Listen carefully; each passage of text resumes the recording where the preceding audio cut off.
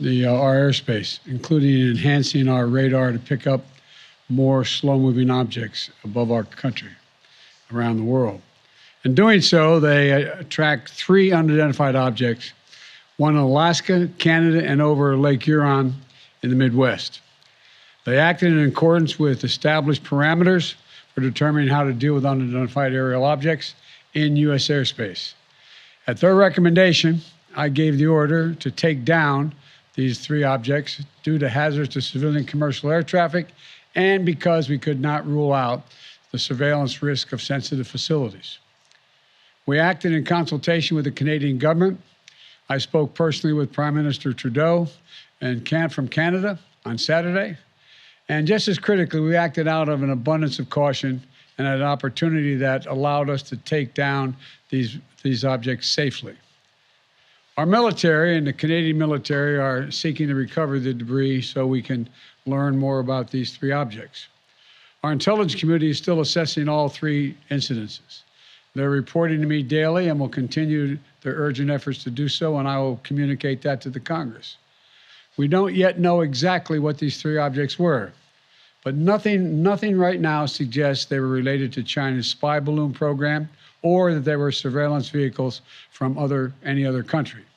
The intelligence community's current assessment is that these 3 objects were most likely balloons tied to private companies, recreation or research institutions studying weather or conducting other scientific research.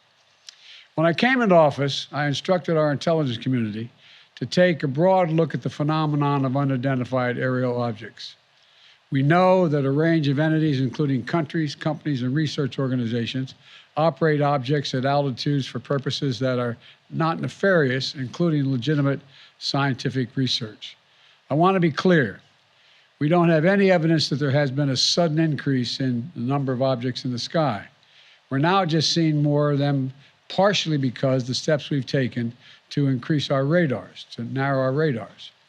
And we have to keep adapting our approach to dealing with these challenges. That's why I've directed my team to come back to me with sharper rules for how we will deal with these unidentified objects moving forward, distinguishing between those that are likely to pose safety and security risks that necessitate action and those that do not.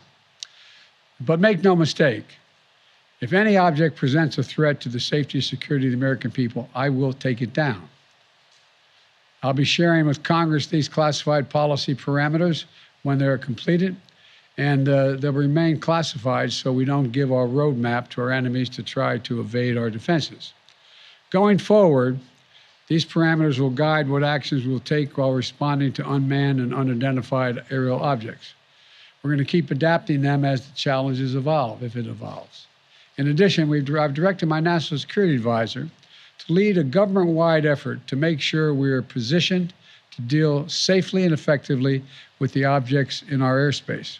First, we will establish a better inventory of unmanned airborne objects in space above the United States airspace and make sure that inventory is accessible and up to date. Second, we'll implement further measures to improve our capacity to detect unmanned objects in our airspace.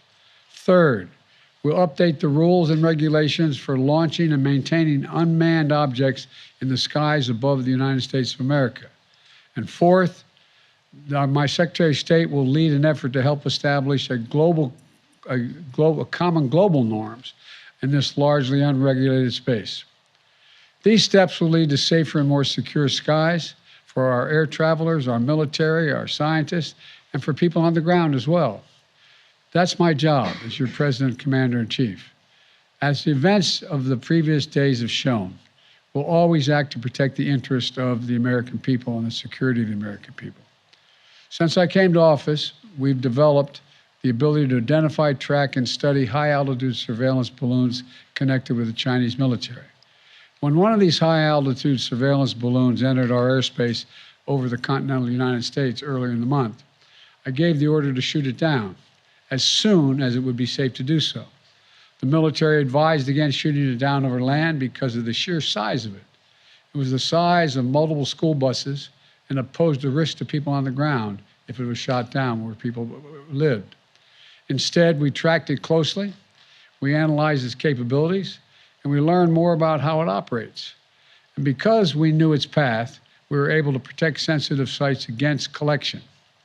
We waited until it was safely over water, which would not only protect civilians, but also enable us to recover substantial components for further analytics. And then we shot it down, sending a clear message. The violation of our sovereignty is unacceptable. We'll act to protect our country, and we did.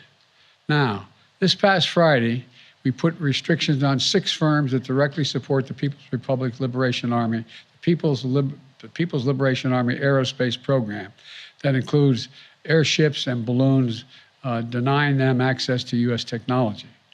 We briefed our diplomatic partners and our allies around the world, and we know about China's program and where their balloons have flown. Some of them have also raised their concerns directly with China.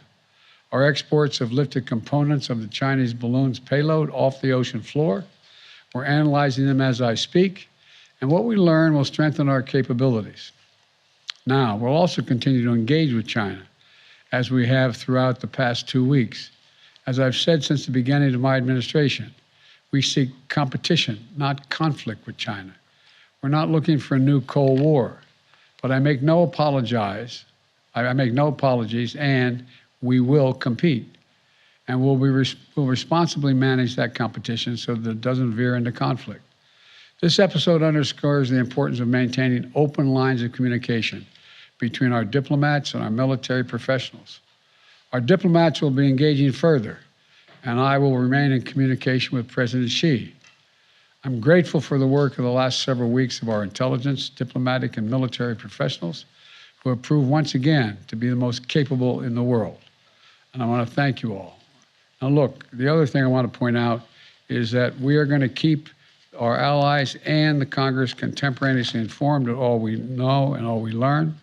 And I expect to be speaking with President Xi, and I hope we're going to get to the bottom of this. But I make no apologies for taking down that balloon. Thank you very much. Why